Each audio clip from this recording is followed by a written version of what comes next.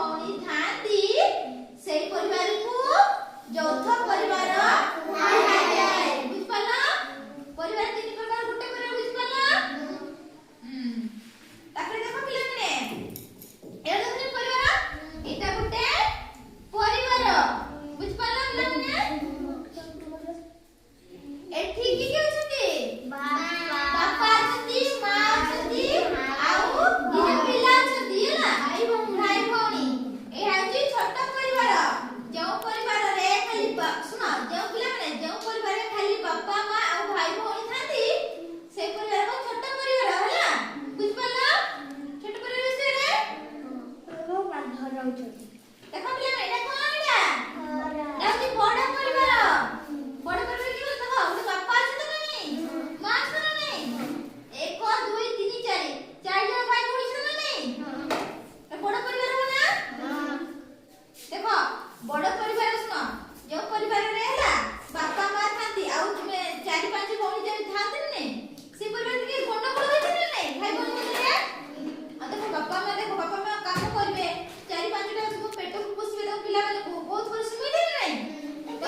ତାଙ୍କର ଗୋଟିଏ ବହି ଅଛି, ସେ ପାଠ ପଢିଛି, ଏ କଣ ହଉଛି ମତେ ସେ ଭିତରେ ଟାଟ ଲଗେଇ ନା ନାହିଁ?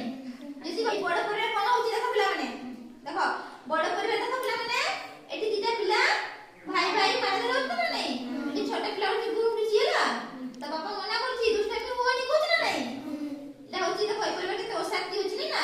ଏ ମାମା କାମ କରୁଛନ୍ତି, ଗୋଟେ ଛୋଟ ପିଲା ଗୁରୁ ଉଠୁଛି, ଆଉ ଗୋଟେ ଦେଖ ଝିଅ ଛୁଆ କାମ କରୁଛି ନା ନାହିଁ? ଏ ପରିବାରରେ ବହୁତ ଆର୍ଥିକ ଅସୁବିଧା ଥାଏ, ଜାଣିଛ? ବଡ ପରିବାର କେତେ ଅସୁବିଧା ଜାଣିଛ ନା ପିଲାମାନେ? ଦେଖ ଏଇ ଛୋଟ ପରିବାର ଦେଖ, ଆଉ ତାଙ୍କ ବାପା ମା ଅଛନ୍ତି, ଗୋଟେ ଝିଅ ଗୋଟେ ଭାଇ ଭଉଣୀ, ତାଙ୍କୁ ଖେଳ ପାଇଛି ନା ନାହିଁ, ବଲ ଏମିତି ଖୁସି ଅଛି ନା ନାହିଁ? ଦେଖ ଏ ଯୋଉ ପରିବାରରେ 4 5 ଜଣ ଭାଇ ଭଉଣୀ ଥିବ ମିଶି ହେଲା, ସେପଟେ ଟିକେ କଷ୍ଟ ଥାଏ ନାଇଁ ନା? ଦେଖ ପିଲାଟି ତ ଛୋଟ ପିଲା ରହୁଛି, ଦେଖ 2 ଭାଇ ମାନେ ରହୁଛନ୍ତି, ଏଇ ଝିଅ କାମ କରୁଛି, ଦେଖ ତା ମା କାମ କରୁଛି, ତା ବାପା ବୁଝାଉଛନ୍ତି, ଚାଲିଛୁ କହିବ ହାତ ଟେକିବ, ଆରାମସେ ବସ। ଯୌଥ ପରିବାର କାହାକୁ କୁହାଯାଏ? ହାତ ଟେକ। ଯୌଥ ପରିବାର କାହାକୁ କୁହାଯାଏ? ହାତ ଟେକ, ହାତ ଟେକ ସମସ୍ତେ। ଯିଏ ଜାଣିଛ ହାତ ଟେକ, ତାକୁ ପଚାରିବି।